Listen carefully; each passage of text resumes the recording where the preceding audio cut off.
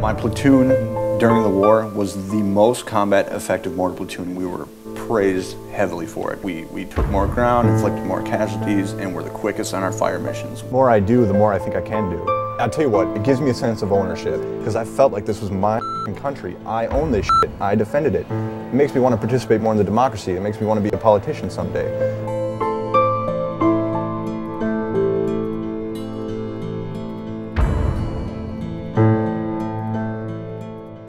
Garth is a freshman at Columbia University. He's 23 and he fought in the invasion of Iraq. They were protesting the Iraq War, and I went and talked to them for a little bit and said, you know, I was there. I was actually there in Iraq fighting, and I don't know, one kid called me a white man's burden racist, and yeah. Right, so I grew up in Stillwater, Minnesota. My mom and dad, they met each other in the Marine Corps, and my mom and dad divorced.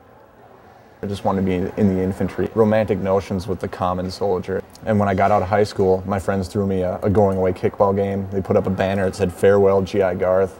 And you know, the local town newspaper came by and took pictures. Then the recruiter came and picked me up from that kickball game, and that's when the adventure started. God, it was so much fun. I mean, I felt like a hero all through basic training. I liked to fight a little bit, and my platoon would always have me fight. You know, like there'd always be fights between the best guy in first platoon, the best guy in third platoon. A war is something bigger than me, you know, way bigger than me. But when I was there, I felt like I could change things. But at the same time, I mean, I saw a lot of people die, and I got wounded, and I had friends die, and it just makes me realize that you're not going to live forever.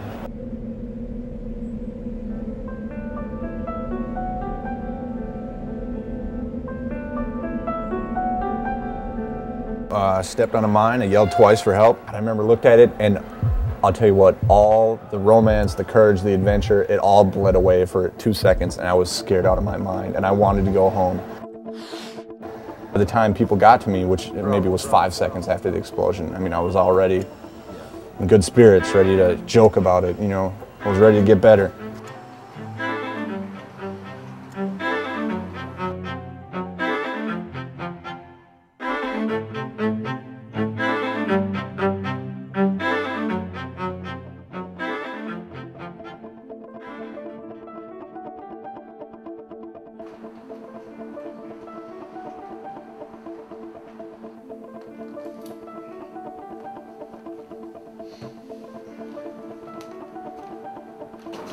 It's on the door, and so it's there every time when I go to leave, but it's also right there when I wake up.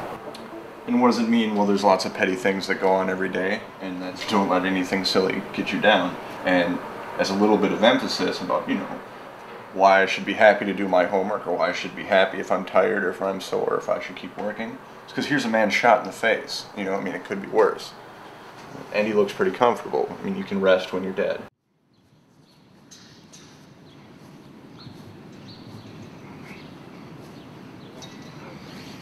$50, and you do 2 for democracy at the end.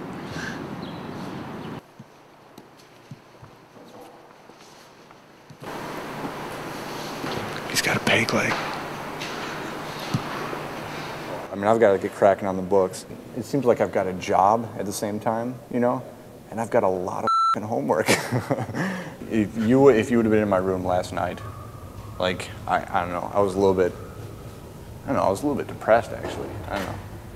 Just felt like I was getting pulled in 100 different directions. Like, people called me last night around 6 and said, one, you know, there's a breakfast at the Intrepid, and then there's also this ceremony, and, you know, you're going to be there, right? And I was like, oh, yeah. I mean, I'd kind of forgotten about it.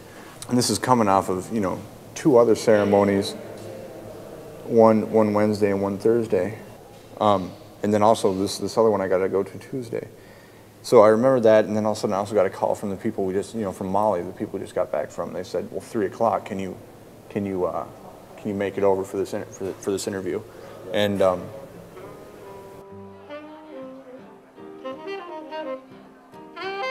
Minnesota. Hey, I'm from North Dakota. No kidding.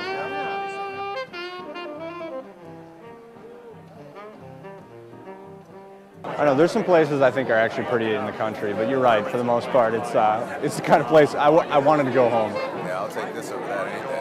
And are you here being recognized?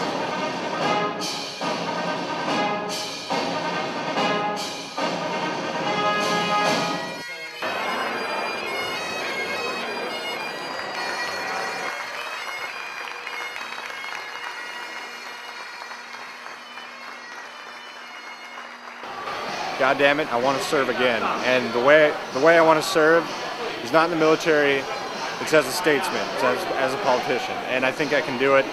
And the Secretary of the Army does not. Well, he said that it's very competitive and to make sure that I have a backup job. I am a wounded veteran, and I don't know, I'm pretty consistently used as a poster boy for the war. I don't know, debating right or wrong, that gets tedious sometimes, especially if you only stay on the sidelines. So regardless of whether or not you agree with the war, I can say that, I mean, I made it more humane by being there. I think that's important. You can't control everything that happens necessarily, but at the end of the day, you have to get involved if you're really going to change things. Every time I do something like this, like that artist thing, you know, like any of these ceremonies where I get to stand up and people clap for me and I say something, I get my name out there, I get my face out there. And I like that. I mean, I do all these things even though I don't actually have the time for it. I shouldn't be here, I should be studying right now. But the reason is because I think it'll help me in the end. And even if sometimes it's shallow, f it, I've got a dream and I've got to do this. People are afraid to commit to the wrong thing, so they commit to nothing. Once you just make a decision, just things get simple.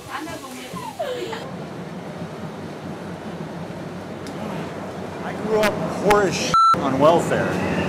I never, ever could have gone to a school like Columbia. And the way I did end up going to it is by paying for it with my leg. So, I don't know, I think it's a good story.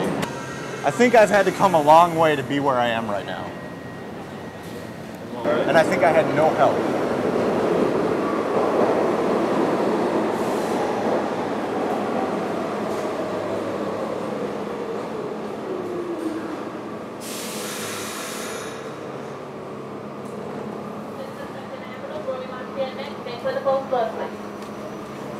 Where did I see we're getting off at? Hold on, let me check.